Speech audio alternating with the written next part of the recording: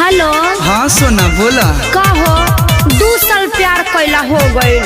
अरे शादियों विवाह के बात करबा अपना बाबूजी से। बाबूजी से तो बात कोई ले बनी, लेकिन बड़ा लंबा लिस्ट बनले बने। क्या प्यार भी करोगे और दहेज भी लोगे? वैसे पापा जी क्या क्या लिस्ट बनाए हैं? 10 लाख नगद गहना आहार, 10 लाख के चाही चढ़े के कार, अरे देवे के पड़ी दहेज। का दहेज लगेगा? ना तो फ्रीए में बियाह कर लेबू। मुँह मारो अरेंज मैरिज के। 10 लाख नगद, 10 लाख के गहना, 10 लाख के कार, तक कहाँ जाइए करे वाला प्यार? ऐसे बढ़िया तो लव मैरिज बा। कैसे? लहसुन खर्चा एकर 10 रुपया के बड़ा माला मिलेगा, 10 रुपया से नूर में लगेगा, 20 रुपया और 200 में पंडित जी मैनेज। अरे टोटल 220 शादी संपन्न। अब मुँह का ताकत बढ़ो। ऑरेंज मैरिज क्या दूर से बोड़ लागो। ठीक है कहतरू, जागो ग्राहक जागो, लड़की लेकर भागो। प्यास गलत कर रहे हो, समाज में गलत असर पड़ेगा।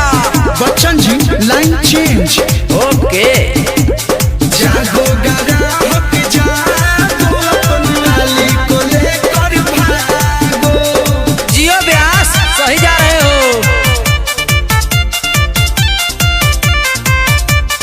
Mixed by Dilkash।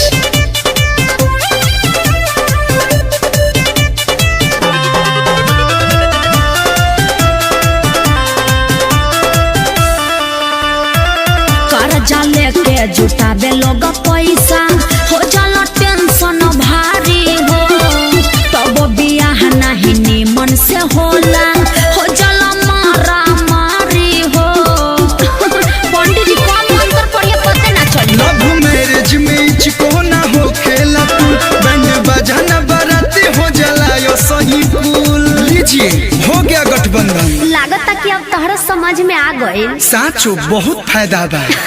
फायदा बानो नहीं केहू से कुछ मांगो। तो कृपया ध्यान दे, जागो ग्राहक जागो, लड़की लेकर भागो। सॉरी भूल गए थे। जागो ग्राहक जागो, अपनी वाली को हो, अपनी बाबू को हो, अपनी सोना को लेकर जितना जल्दी हो भागो। प्यास बड़ा बानू।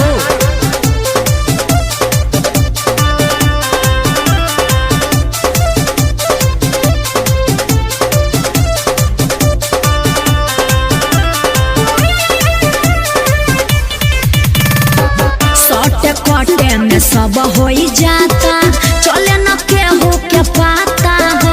ये तो है। लइका लइकी समझ ले अपने, झूठे न कोई ही तो नाता हो, न भोज न भात न कोनो बारात। बात बुझ गईले कलू आया जय बच्चन, यही तरी शादी होता ये घरी भाना भन, चोट मंगनी आ पट बिया। अब लागता कि तू पूरे समझ गईला। फायदा तो बढ़ले नु बा लव मैरिज में।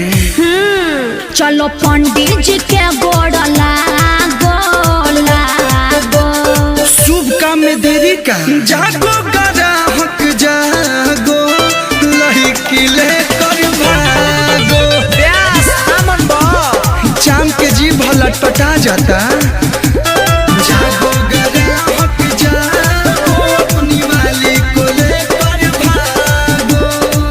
दहेज लेना पाप है, इसीलिए सभी गार्जियन लोगों से रिक्वेस्ट है कि प्यार करने वाले को मिला दिया जाए। Thank you. ऑरेंज मैरिज क्या दूर से बोड़ लागो। ठीक है कहतरू, जागो ग्राहक जागो,